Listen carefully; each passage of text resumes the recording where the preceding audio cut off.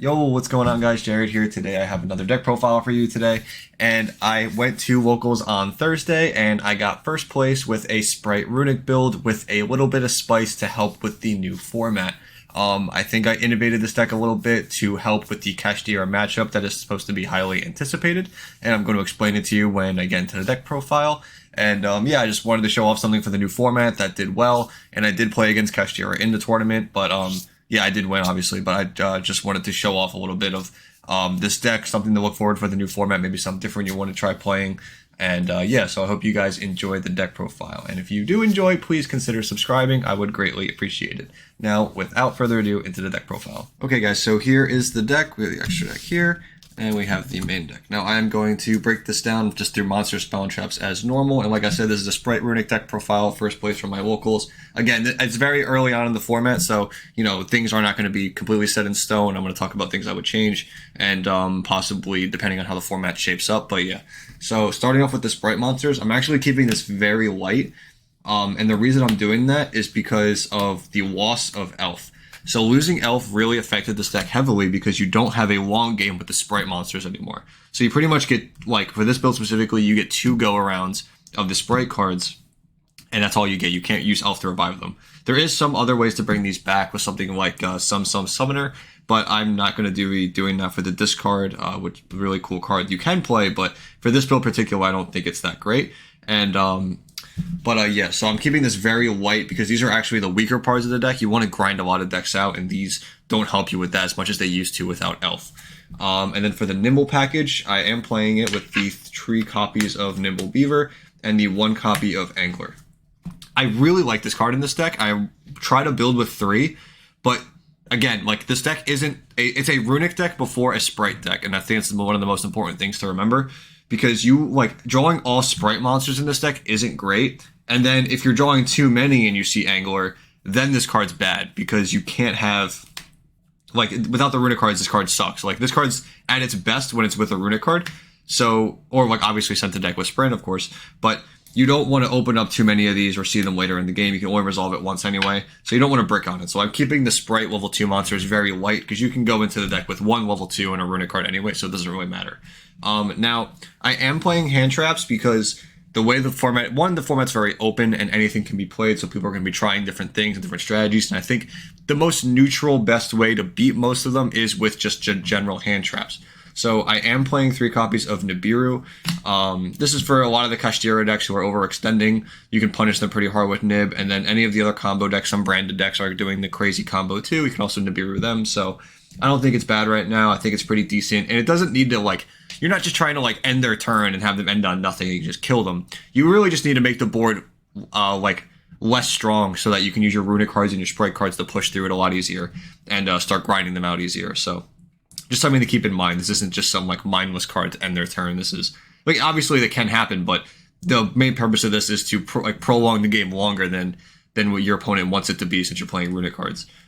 3 copies of Ash Blossom. This is just really good right now with the popularity of Branded again. So you can just use Ash Blossom to, stop Branded Fusion, of course. And then, against, like, most strategies, this is good, right? Even against Kashtira, this is good.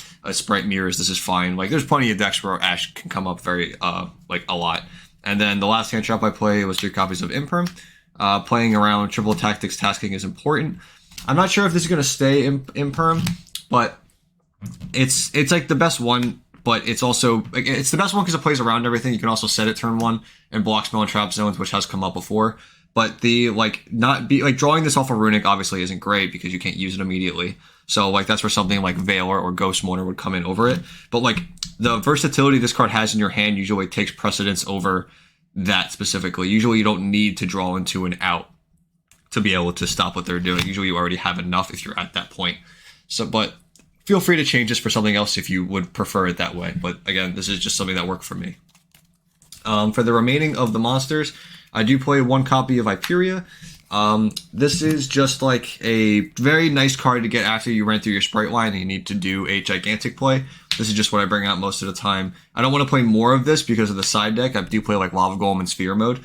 And I don't know if it's in this side deck, but I know online it's going to be going into Lava Golem and Sphere mode because they're just so powerful right now. But overall, like going to like doing this line and then going into the Hyperia Gigantic is really good for the Runick package, of course. You can't bring it back with Alpha anymore, which sucks, but it's just, I don't know, it's pretty good. And then the last monster that I'm playing in this deck, do not judge me too fast when you see it, but I promise you this makes sense, is one copy of Tearlment's Merly.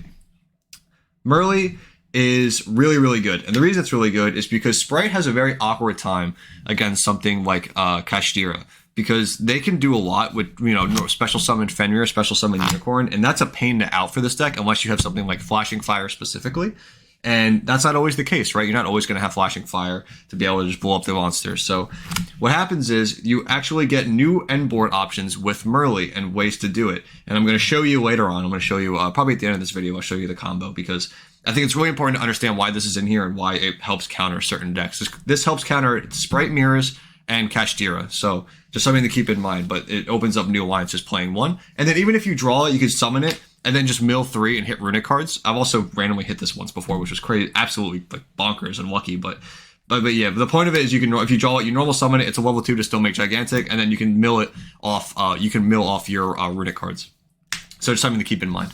But yeah, and then moving on to the actual spell cards. For the rest of the Spright engine, we play 1 copy of Starter and 2 Smashers. So like I said previously, your Spright lineup isn't the power of the deck. The Spright Exceeds and the rank 2s and level 2s aren't that great, especially at outing cards. Like, you can use Soul Sweeper, but that only deals with it temporarily, and when you don't have a battle phase, it causes a lot of issues. So you need 2 copies of something like Spright Smashers to be able to out your opponent's big monsters. And 1 copy of Starter, because you don't need this card to start your combos. You have Runicks and you have all these level 2s. They'll do it for you. You don't need it. This is just, if you just only open Jet, you can get to the rest of them if you need to, really. The locking into level 2s can somehow, like, not somehow, sometimes hurt you too, but that's like neither here nor there. It doesn't always happen. You can usually play around it pretty nicely, but just something to keep in mind. And lastly, for the Runick cards, these are still as standard as you can be. 2 copies of Fountain, of course, 3 copies of Freezing Curses, 3 copies of Flashing Fire, 3 copies of Destruction, 3 copies of Tip, and 3 copies of Slumber. Just the best ones. I feel like this ratio is just perfect. I never want to change it. Like, maybe add more eventually, but like for now, this has been working like absolutely fantastic. So yeah, that's the main deck. It's a 41 card main deck, I believe, if I remember right. And it is, so far, I have been drawing very well with it, very consistently. And like I said, I did well enough to, you know, to win my locals with it, which is a full 4 rounds. And yeah, so like, and I don't remember breaking at all. I feel like the deck performed every round, every time. It could always at least play no matter what. So I think it was just like really, really good. Moving on to the extra deck. 3 copies of Hugin and 1 Jerry for the Runick fusion monsters. So in the Spright build specifically, I like 3 Hugin just because you need extra level 2s sometimes. Like, if the game goes on really, really, really long, the extra level 2s do come up to help go into some like niche cards in your extra deck a lot. So I do like the triple Hugin in this. And then the 1 Jerry just for recyclability, and the pop comes up sometimes too, which is very important. And then for Exceeds, we have 2 copies of Gigantic. Gigantic is still insane. This might get bumped to 3 because of Unicorn's existence, but I don't know yet. But so I didn't need it yet, so so far it's at 2. I think this extra deck is definitely like can change in the future. I just don't know like where, but as of now, I think this is fine. Yeah, so 2 copies of Gigantic, 1 Mannequin Cat. I'm not set dead on for this deck specifically. I'm not dead set on it. I think I need to make some side deck changes to really make this card shine the way I want it to shine. So for this build specifically, I don't think Mannequin Cat's great with how the side deck is. I want to switch this around because I was using this card mostly as a Monster Reborn, actually. So, I'll show you why in a minute. Yeah, so just something I wanted to, have you keep in mind. 1 Soul Sweeper, just an out card, like really good, to be honest. This is like pretty standard. And then 1 Mosquito. This is probably one of my favorite cards in the deck. This card's crazy. Like, you just win so many scenarios where I feel like you just shouldn't win, and this card is just ridiculous. So the minute you have a battle phase, like this alternate win condition is just online, and it's crazy. And it's even crazier with something like the Runick cards, because you can make it with just like, let's say like 2 Beavers, and then you could just go like Runick, like make Mosquito, crash in, put the counter, and then go like Runick, crash Hugin, okay, burn, put the Hugin back, different Runick, crash Hugin, put the Hugin back, and then just like burn again, and then just like there's so many like cool extension plays because of the Runick cards you can do in the battle phase with Mosquito. I've won like multiple games off this card. It's so crazy. I can't believe it the way it works. Going on towards Link monsters. So we play 1 copy of Cerberus, because we need to out things. 1 copy of IP, combos with the Cerberus to out things. 2 copies of Sprind. I was borrowing Chris's at local. Shout out to you for letting me borrow that. And then for the last card, and the reason why we play 2 Sprind, is 2 copies of Stapelia. And this is just a token. So the reason we're playing the Stapelia package is because it is a 1 another target to send off Sprind. So we can send, obviously, Angler off Sprind as normal, but now we can also send Merly. So Angler obviously gives you 2 more level 2s, which is, like, it's powerful, but with the way that Spright extra deck is right now, it's a little awkward sometimes because you can actually have too many level 2 monsters and they don't actually amount to anything. But you can send Merly if you have a Hugin that you made the Sprind with. So you can send Merly with Sprind to then fuse the Hugin and the Merly into Stapelia, and that's on your turn. And then you can finish the Spright line by using the Sprind to go into Gigantic, and then ending on IP. And then on your opponent's turn, when they do an action, you can use the IP to make another Sprind, and then usually you use a second Hugin as well. You have to set it up on your turn with 2 Runick spells, and then you can use the IP and the whatever else you want to. Usually there's a level 2 on the field that I leave to go into the second Sprind, and then you send Merly again, and then you have the Hugin again, and you make a second Stapelia. And something to keep in mind is that Stapelia is a soft once per turn, so having more than one of them on the field is beneficial. They both can work, as well as that when you put the counter on the monster, is that the level does not change if Stapelia leaves the field. So this comes up against something like Kashtira, where if they have a Unicorn or a Fenrir and you put a counter on it, that monster is level 1 as long as that counter is there. So that monster will never be used as an Exceed monster as long as it's there with the counter. Even if the Stapelia leaves the field, they can use the effects, but they can't. If it leaves the field, they can use the effects, but they can't use any exceeding with it, which is very important. Also is very relevant against Spright. If they go normal summon Beaver, you can Stapelia it, make it level 1, and then they can't just like special blues and jets for free. It pretty much puts them on have-to-have starter. This card just like really, really good, like overall. And I was using Mannequin Cap mostly just to like bring back a dark monster to their field from the graveyard, and then just bringing this back from the graveyard after it like died in like the grind game. This card's like really good. It's won me multiple matches. And it's like one of the few things that Spright can end on that I think, well, this deck specifically, the Runick Spright, because you play Hugin, that it can end on that actually like can deal with Kashtira very well. So that's like the main and the extra deck. I'll show you the side deck real quick, but it's not like anything that I'm like, like set in stone on, which is just 3 Magnemite, the 1 Druid Swarm, which is a small bestial package just for branded and tier elements sometimes. 3 copies of Book of Eclipse. I don't know if I like this card yet because it's Runick. You don't have a battle phase. You can't like punish people for playing through stuff, so this might change. Cards that are absolutely insane. 3 Solemn Judgment is broken, and 3 copies of Vanity's Fiend's broken. I don't think this is 15 cards. I think it's 14 actually, but there was another card I was considering playing, and I just didn't have it in time, so I just played this extra deck. But Vanity's Fiend is also crazy in this deck, just because it's like, it's so nuts that Meter Plague Special Summon, and a lot of people just aren't prepared for this card right now. That's it for the side deck. And so I'm going to show you the play with the Stapelia real quick, and I hope you guys enjoy. Okay guys, so this is pretty much one of the setups you want to do the Stapelia play. I'll show you how it goes pretty much, but like keep in mind you have other cards in your hand. You might have more Spright monsters to do this differently. There's other ways to do it, but this is just the way I'm going to show you. So we're pretty much going to start off by using a Runick spell for Hugin. And again, if you have other cards, you can get Fountain, of course, but this is just like, I'm keeping this at the bare minimum just to understand how powerful this is, even without all these other variables could be involved. Special blue effect to get Jet, and then Jet effect,